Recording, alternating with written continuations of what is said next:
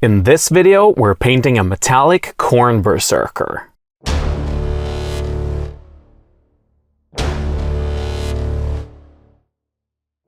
Hi all, and welcome to the cabin. Well, it's World Easter, so I decided to paint some Khorne Berzerkers. This is Editing Robin from the future!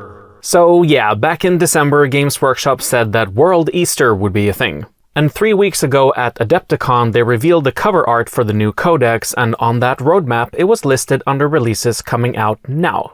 But it seems like the book has been pushed back. Anyway, we're still doing this, and now back to the video. Blood for the Blood God, and let's get to it. I've been eyeing the new Berzerker kit since it came out in 2023, and with the new codex about to be released, I thought it would be a good time to paint one.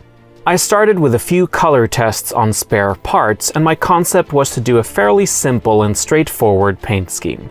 It's easy to go a little crazy when you're only painting a single miniature for a video, but I want today's painting guide to be handy when working on a whole army.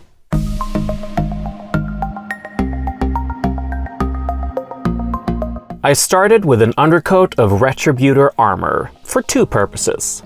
One is to get all the trims and other golden details painted from the very beginning. And the other is to serve as a base for the red armor, which I want to have a metallic look. I've painted a few different Chaos Space Marine Legions in this way before on the channel, and there's a playlist link to those videos on screen now if you're interested. Next up, I used my airbrush to apply a zenithal highlight of Liberator Gold. If you don't have an airbrush, you could dry brush this instead or just skip this stage. I then used Lead Belcher to pick out all silver details like the power cables and weapons. At this stage, I did an overall dry brush with Runefang Steel to highlight everything. It's nice to be able to use a big brush and not have to be neat with this, as the other details aren't painted yet. Now we come to the largest surface area, which is the red armor. I tried a few different contrast paints on my test bits, and even though they didn't look that different in the end, I liked Bal Red the most, which is the one on the left. To keep some of the metallic gold showing through the red, I diluted Bal Red with 50% contrast medium and applied it carefully on all the armor.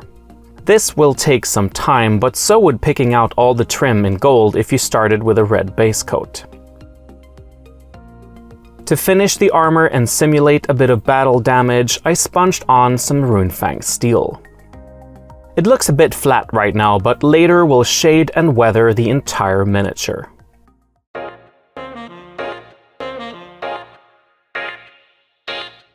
With all the armor and trims done, let's move on to the details. For the leather gloves, holster, fabrics, and weapon panels, I chose Black Legion. This was followed by an edge highlight of Dawnstone. The armor seals and straps around the holster were painted with Grey Seer. I applied a bit of Nihilakh Oxide on the inside of the World Eater symbols on the left shoulder pad. The parts I picked out for this Berzerker don't feature any skulls, but I wanted to add a couple to the base. I base coated these with Ushabti Bone. After that, I shaded them with Seraphim Sepia, and highlighted them with Screaming Skull. At this point, I applied satin varnish all over the model to make the colors pop a bit more and also protect the paint for the upcoming weathering stage. Khorne Berzerkers don't really have the patience to polish their gear, so I wanted to add a grim dark look by painting Streaking Grime from AK Interactive all over the model with a synthetic brush. This is an enamel paint, so after letting it set for a few minutes, I could go back with a sponge dampened with a bit of mineral spirits and wipe off some of the grime, revealing the original colors.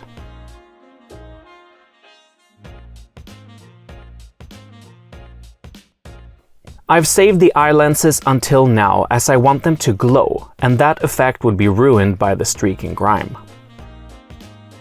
I started with some watered down white scar, allowing it to spill over the edges of the lenses a little bit.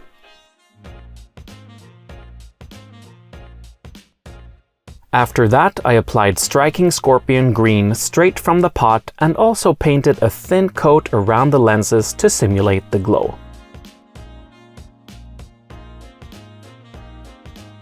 For the base, I glued on the two skulls and then used an old brush to cover it with PVA glue.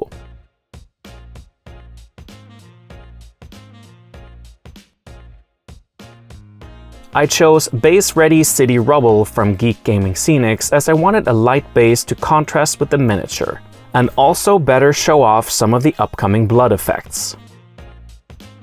To protect the base rim, I covered it with masking tape and then applied liquid mask from Vallejo on the eye lenses for the same purpose.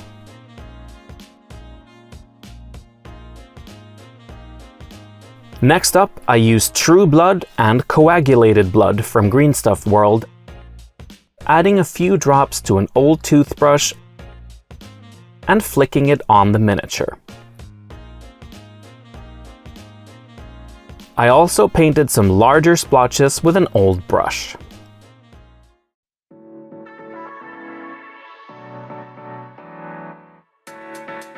And with that, my Khorne Berzerker is ready to claim more skulls for the Skull Throne.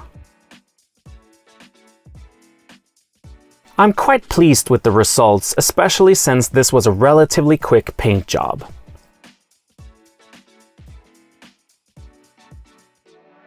But if I'm painting more of these in the future, I might exchange the grey cere for a darker color or add some basilicanum grey to it before the streaking grime just to make it stand out more.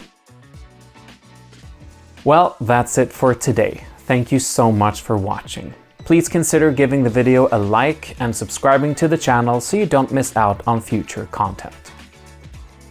A special thank you to Arnold over on Patreon. And if you want to go that extra mile and get some nice perks while helping us out, all our links are in the description below. We'll see you next time.